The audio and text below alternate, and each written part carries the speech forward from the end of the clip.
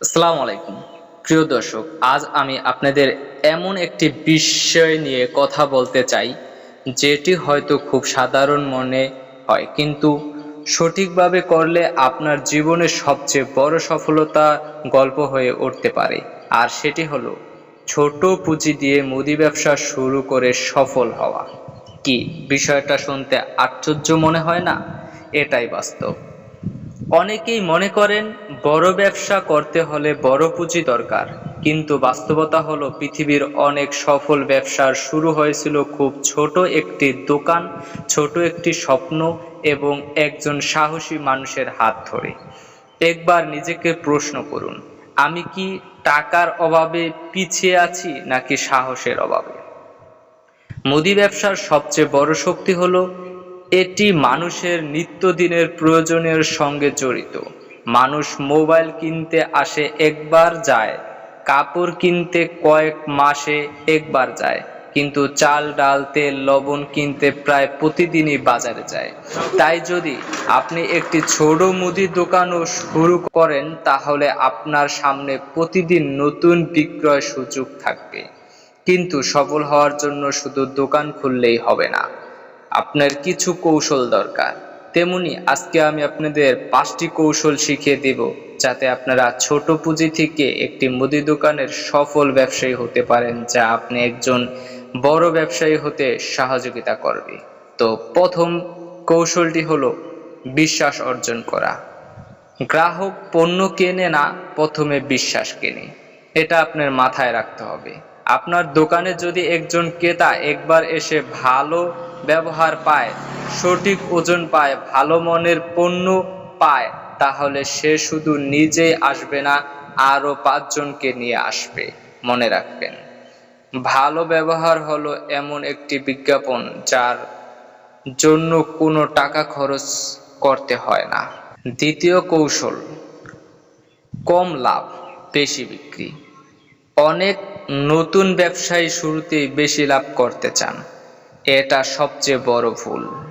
শুরুতে আপনার লক্ষ্য হওয়া উচিত গ্রাহক তৈরি করা। যখন মানুষ আপনার দোকানে নিজের দোকান মনে করবে, তখন ব্যবসা নিজে থেকেই বড় হবে। তৃতীয় কৌশল, ছোট দোকান বড় চিন্তা। আপনার দোকানটা ছোট হতে পারে, কিন্তু আপনার চিন্তাটা বড় হওয়া উচিত। আপনার দোকান 50 স্কোয়ার ফিট হলেও চিন্তা যেন 5000 স্কোয়ার ফিটের হয়। প্রতিদিন হিসাব লিখুন, কোন পণ্য বেশি বিক্রি হচ্ছে দেখুন, কোন পণ্য পরে আছে সেটা খুঁজে বের করুন।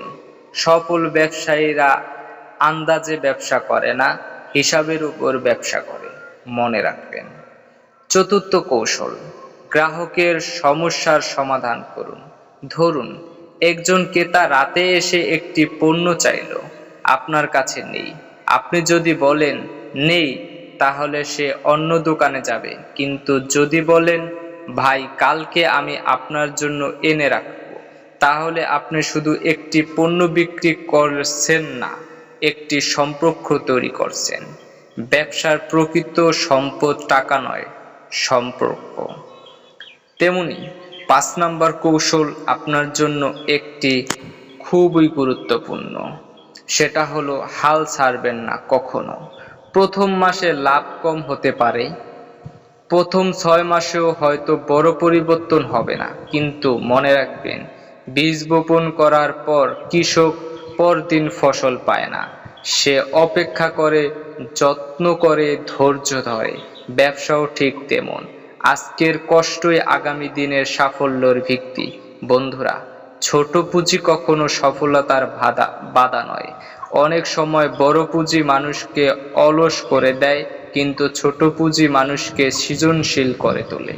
আপনারা যদি সততা থাকে, পরিশ্রম করার মানসিকতা থাকে, গ্রাহকের প্রতি সম্মান থাকে এবং শেখার ইচ্ছা থাকে, তাহলে একটি ছোট মুদি দোকানে আপনার পরিবারের ভাগ্য বদলে দিতে পারে। আজ হয়তো আপনার দোকান ছোট, কিন্তু কে জানে 5 বছর পর হয়তো আপনারই একাধিক শাখা থাকবে। মানুষ আপনার সফলতার গল্প শুনে অনুপ্রাণিত হবে। তাই আজই সিদ্ধান্ত নিন, আমি অজুহাত নয়, উদ্যোগ বেছে নেব, কারণ সফল ব্যবসায়ীরা সুযোগের অপেক্ষা করে না, তারা সুযোগ তৈরি করেন। ধন্যবাদ আপনাদের সবাইকে।